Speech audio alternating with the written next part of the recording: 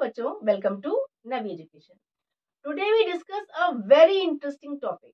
आपने singular plural forms तो बहुत पढ़ी होंगी, लेकिन सिंगुलर प्लूरल फॉर्म का ही एक बहुत ही यूनिक और अलग टॉपिक आज हम समझेंगे। बहुत मजेदार है, इसलिए इसको स्किप मत कीजिएगा।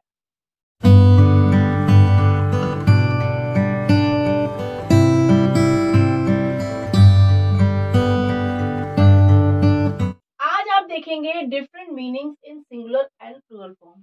यानी एक सिमिलर वर्ड यदि वो सिंगुलर है तो उसका मीनिंग क्या होगा, और यदि वो प्लूरल है तो उसका मीनिंग क्या होगा। सिमिलर मीनिंग सेम मीनिंग नहीं होगा, उनका मीनिंग बदल जाएगा। ये बहुत ही इंटरेस्टिंग है, इसलिए इसको ध्यान से देखिएगा। आपने सिंगुलर प्लूरल फॉर्म्स बहुत पढ़ी होंगी, जैसे कि आपने कहा बॉय बॉयज, गर्ल गर्ल्स, या पेंसिल पेंसिल्स, या कुछ भी आपने प्लूरल फॉर्म यूज करी तो उसका मीनिंग सेम होता है, बस वो सिंगुलर से प्लूरल हो जाता है। बट आज मैं कुछ ऐसे वर्ड्स लेके आई हूँ जिनके सिंगुलर फॉर्म में मीनिंग डिफरेंट होता है और प्लूरल में डिफरेंट होता है। ठीक है, बहुत ही इंटरेस्टिंग है, इसलिए इसको ध्यान से देखिएगा। फर्स्ट वर्ड है एयर। ठीक है, एयर और एयर्स, ये सिंगुलर है, ये प्लूरल है। ठीक है, अब एयर का मीनिंग क्या होता है? हवा, एटमॉस्फेयर। ठीक है, बट एयर्स का मीनिंग क्या हो जाता है? अगर हम उसमें एस लगा देते हैं तो उसका मीनिंग क्या हो जाता है? अफेक्टेड मैनर्स या प्राउड, यानी अकड़ या घमंड। ठीक है, तो इसका मीनिंग इससे डिफरेंट हो गया कि नहीं हो गया? एयर का मीनिंग था एटमॉस्फेयर, वातावरण, हवा, और एयर्स का मीनिंग हो गया अफेक्टेड मैनर्स या प्राउड मैनर्स, यानी कि घमंड से, अकड़ से बात करना। ठीक है, और जैसे गुड है, आप गुड का मीनिंग क्या जानते हैं? अच्छा, यानी कि वाइज, या फिर बेनिफिट के रूप में भी आप इसको यूज करते हैं। गुड माने अच्छा, ठीक है, वाइज कह दीजिए या फिर बेनिफिट के रूप में कह दीजिए। लेकिन गुड्स अगर एस लगा देंगे तो इसका मतलब क्या हो जाएगा? गुड्स माने होता है सामान, प्रॉपर्टी। मर्चेंडाइज माने वो सामान जिसको कि हमें सेल करना है, थिंग्स।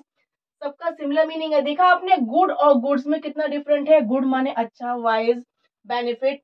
ठीक है, लेकिन गुड्स का मतलब हुआ थिंग्स, प्रॉपर्टी या फिर मर्चेंडाइज। थर्ड वर्ड है रेस्पेक्ट। आप रेस्पेक्ट का मीनिंग कहते हैं सम्मान करना, आदर करना, इट मीन्स रिगार्ड। लेकिन अगर रिस्पेक्ट कर देते हैं तो रिस्पेक्ट का मीनिंग क्या हो जाता है? कॉम्प्लीमेंट्स, यानी एडमिरेशन, किसी की तारीफ में कुछ वर्ड्स, कुछ सेंटेंसेस को बोलना, इट मीन्स कॉम्प्लीमेंट्स। नेक्स्ट है आयरन। आयरन क्या होता है? लोहा, अ काइंड ऑफ मेटल। ठीक है, बट अगर हम आयरन्स कहते हैं तो आयरन्स का मतलब होता है चेन्स या फेटर्स, यानी कैदियों के पैरों को बांधने के लिए जो चेन यूज की जाती है उन्हें हम कहते हैं फेटर्स, यानी चेन्स। यानी आयरन का मतलब हुआ अ काइंड ऑफ मेटल, धातु, लोहा। आयरन्स का मतलब हो गया फेटर्स, यानी कि चेन्स। नेक्स्ट है फोर्स। फोर्स माने होता है शक्ति, पावर, यानी स्ट्रेंथ। ठीक है, बट फोर्सेस अगर हम बोलेंगे इसका मीन्स क्या हो जाएगा? सेना, फौज, आर्मी, ट्रूप्स। ठीक है, देखिए कितना डिफरेंट मीनिंग हो गया। फोर्स माने पावर, स्ट्रेंथ, और फोर्सेस का हो गया आर्मी या ट्रूप्स, यानी कि सेना, फौज। फिजिक्स। फिजिक्स का मतलब क्या होता है? मेडिसिन, दवाइयां। ठीक है, लेकिन फिजिक्स जब हम बोलते हैं तो ये क्या है? Natural science. आपका सब्जेक्ट है जो आप फिजिक्स पढ़ते हैं, यानी कि नेचुरल साइंस। बट फिजिक्स का मतलब हुआ हमने एस को हटा दिया तो क्या हो गया? मेडिसिन। नेक्स्ट है आपका वर्क। वर्क माने क्या होता है? जॉब, यानी काम। ठीक है, कोई भी काम।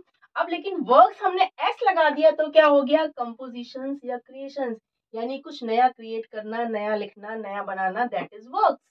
ठीक है, एंड देन आया अथॉरिटी। अथॉरिटी मीन्स होता है किसी को कमांड करना, किसी को पावर देना।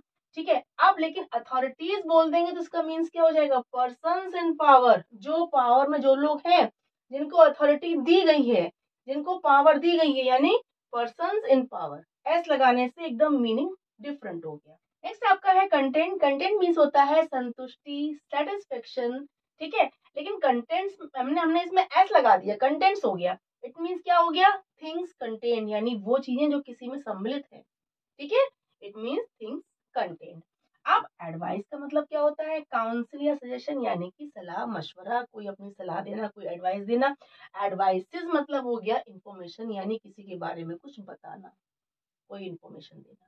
देखा आपने, इसके अलावा भी और वर्ड्स हैं इंग्लिश में जिनके सिंगुलर और प्लूरल फॉर्म्स के मीनिंग्स में डिफरेंस है, लेकिन मैं कुछ कुछ वर्ड्स ही लेके आई हूँ ताकि आपको ये कॉन्सेप्ट समझ में आए कि ऐसा नहीं है कि सारे वर्ड्स जो है इंग्लिश में सबके सिंगुलर प्लूरल फॉर्म्स के मीनिंग सेम होते हैं, ऐसा नहीं है। कुछ टिपिकल, कुछ ऐसे पर्टिकुलर वर्ड्स होते हैं जो जिनके सिंगुलर और प्लूरल फॉर्म्स के मीनिंग्स में डिफरेंस होता है। बहुत ही इंटरेस्टिंग टॉपिक है, बहुत ही मजेदार टॉपिक है, लेकिन बहुत ही नॉलेज देने वाला टॉपिक है कि हमें ये भी जानना चाहिए कि वो वर्ड्स कौन से हैं जिनके सिंगुलर फॉर्म का मीनिंग अलग होता है और जिनके प्लूरल फॉर्म का मीनिंग अलग होता है। आज का टॉपिक आपका बहुत ही इंटरेस्टिंग है और कॉन्सेप्चुअल भी है। आपने देखा कि आप सोचते थे कि इंग्लिश के सारे वर्ड्स जितने भी हैं उनके सिंगुलर और प्लूरल फॉर्म्स के मीनिंग सेम होते हैं, बस सिंगुलर से प्लूरल हो जाता है, लेकिन ऐसा नहीं है। कुछ पर्टिकुलर, कुछ ऐसे स्पेशल वर्ड्स भी होते हैं जिनके सिंगुलर और प्लूरल फॉर्म्स के मीनिंग्स में डिफरेंस होता है। इसलिए इसको जानना भी बहुत जरूरी है ताकि ये कॉन्सेप्ट आपकी समझ में आए, फिर आपको आगे इंग्लिश में कोई भी डिफिकल्टी या डाउट ना रहे। अगर आपको ये वीडियो अच्छी लगी हो, मजेदार लगी हो, तो please share my video to your all friends. Bye bye.